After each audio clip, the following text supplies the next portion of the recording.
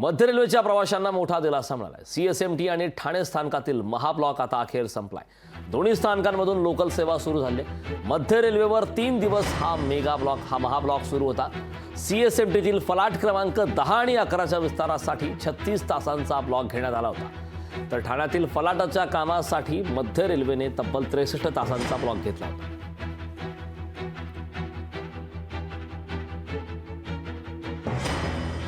सीएसएमटीतील local आता रवाना झाले आहे, त्यामुळे ठाण्यातील लोकल सेवा देखील पूर्ववत झालेली आहे। मध्य रेल्वेचा आता प्रवाशांना मोठा दिलासा मिळाला। मागच्या 2-3 दिवसांपासून प्रवाशांची गैरसोय झाली, प्रवाशांना नाहक त्रास सहन करावा लागला। मात्र आता रेल्वे सेवा पूर्ववत झाली आणि त्यामुळे आता प्रवाशांना मोठा दिलासा मिळाला।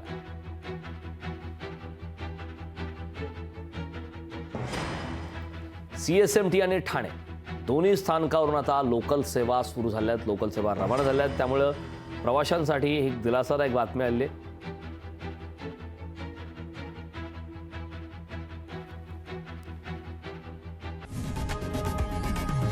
लोकशाही मराठी ऐका, पहा, जागरूक रहा।